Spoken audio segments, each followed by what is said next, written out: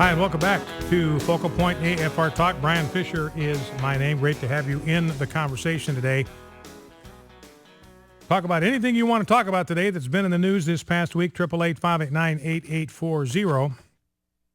CBN News came across, or CBN, the Brody File on CBN, Christian Broadcasting Network, has obtained an exclusive advanced copy of Louisiana Governor Bobby Jindal's graduation speech. He's going to give this thing this weekend at Liberty University. Now, this guy is a guy that is under consideration for 2016. I don't know if he's term limited or not, but he is not going to run again for governor this year. So he's moving on.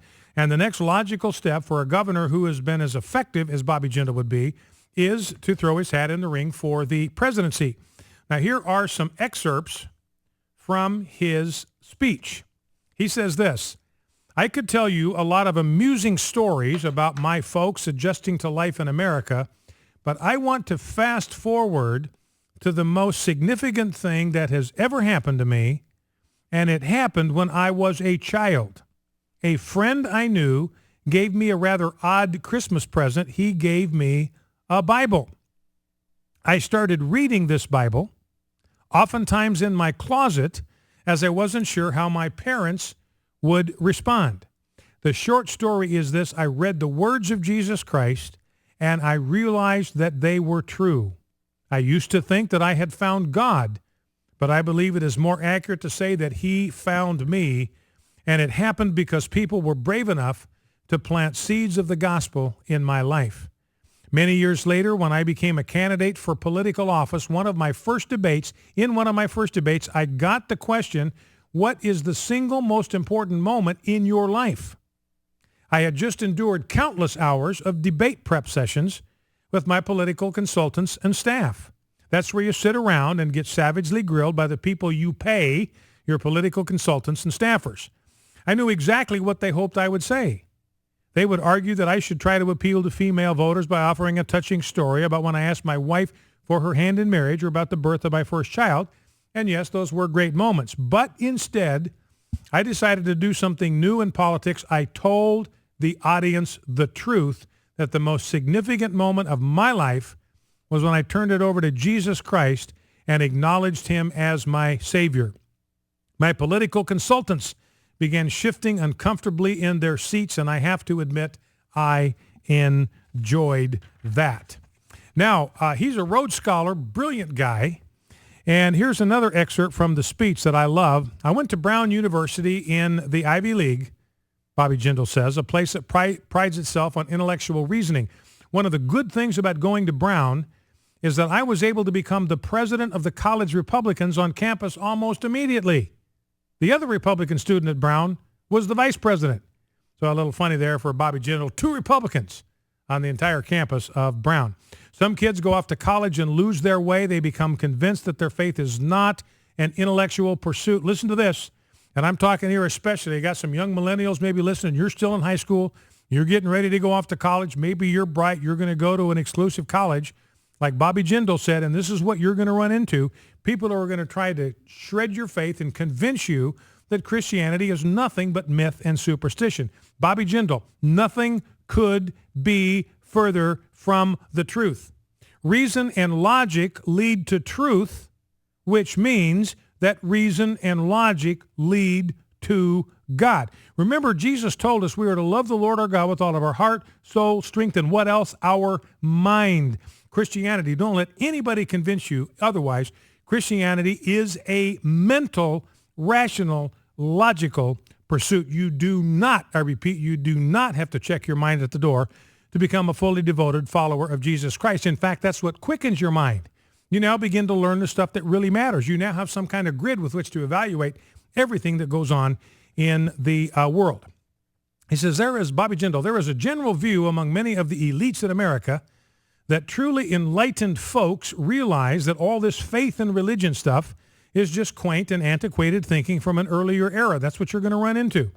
Or that it is a nice, restful place for those who are not as bright or as intellectually curious as they are. So you're just kind of dumb and stupid to be a follower of Christ. Again, nothing could be further from the truth. True intellectual curiosity will inevitably lead to an understanding of the Creator. I repeat that. True intellectual curiosity will inevitably lead to an understanding of the Creator.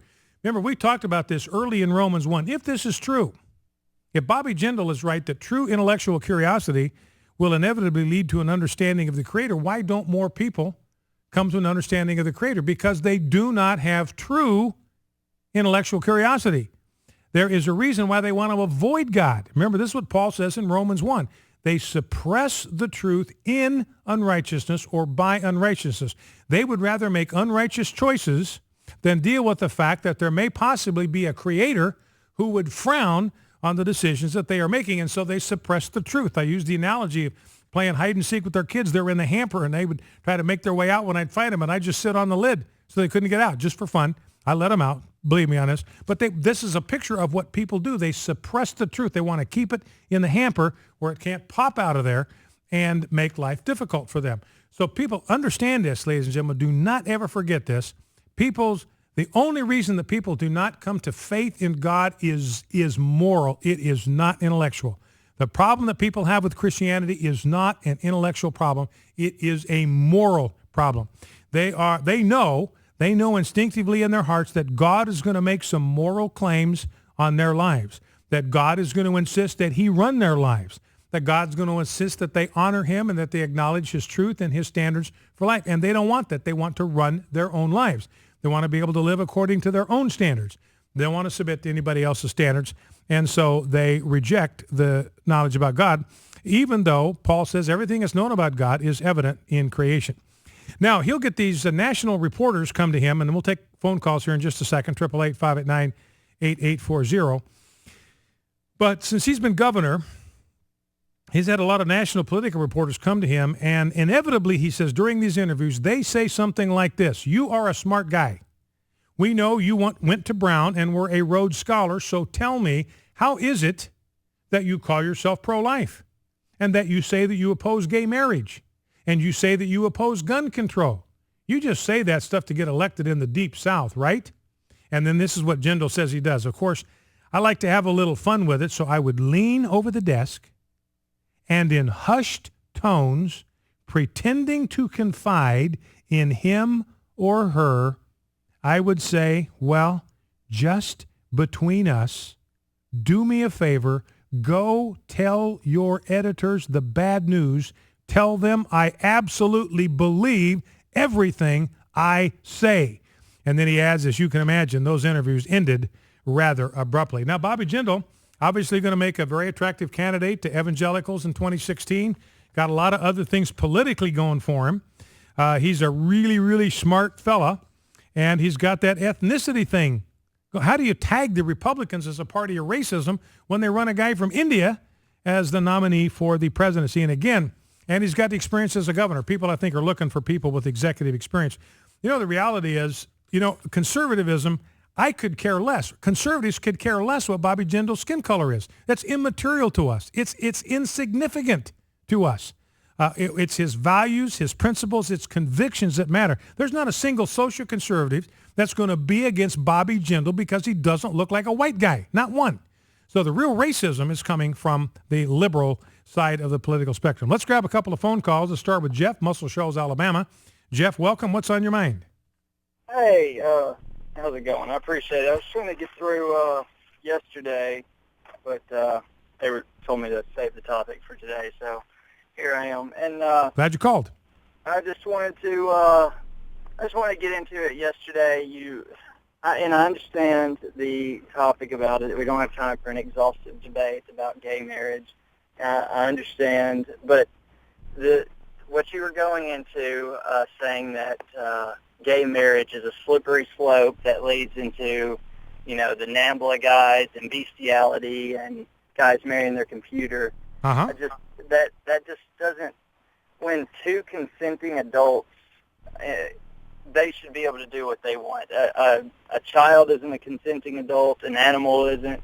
A computer isn't. But gay people are two consenting adults. They should be able to. Okay, well, Jeff, let me ask you a question then about that. Do you think prostitution is wrong?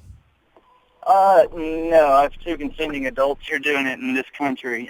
So Jeff, I want to be clear on this. I want to be clear on this. You would be fine if your daughter went into prostitution for a living. You'd be just fine with that because she's a consenting adult. She can do whatever she wants.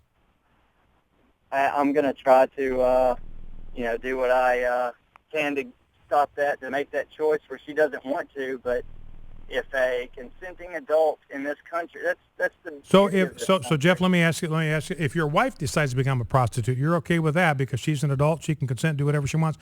You would have no moral problem with your wife going into prostitution. She wouldn't be my wife anymore, but I mean. Well, why? Well, wait. Why, Jeff? Why wouldn't she be your wife anymore? I thought it was no problem to you that she's a consenting adult. She can do whatever she wants. Why is that a problem for you then, based on your own standards? And then I can do what I want and not be married to a prostitute. Well, yeah, but you're misunderstanding my question, Jeff. Why would you divorce her if you believe that what she's doing is perfectly morally acceptable? Why would you divorce her? It goes beyond morals. Whose morals? Nobody's morals are the same. So we shouldn't have to place moral constraints on people by law. Yeah, but wait a minute. But that's what you're doing, though. I mean, that's what you'd be doing to your own wife, Jeff, because you're going to divorce her. If you're going into a court of law to terminate your marriage, that is a legal act, and you're doing it because you find something objectionable about her consensual adult behavior. Jeff, that just makes you a flat-out hypocrite. Which tells me either you are a hypocrite or you do not believe the words that are coming out of your own mouth. No, I don't. In my family, my circle, that's what I'm trying to worry about. And two consenting adults, what they're doing, that's not my concern. I don't believe that should be. No, but Jeff, see, you're just wrong about that because you're saying if my wife did that, it would be my concern. So you're not even consistent with the words, Jeff, that have come out of your own mouth in the last 2 minutes. You're contradicting yourself almost within 60 seconds of our conversation. Do you see that? The thing, you shouldn't be worried about my wife going into prostitution as much as I wouldn't be worried about your wife. All right, Jeff. Well, listen, I appreciate the exchange. We're out of time for this segment. We'll be back with Scott Lively, candidate for governor of Massachusetts, when we come back. Stay with us.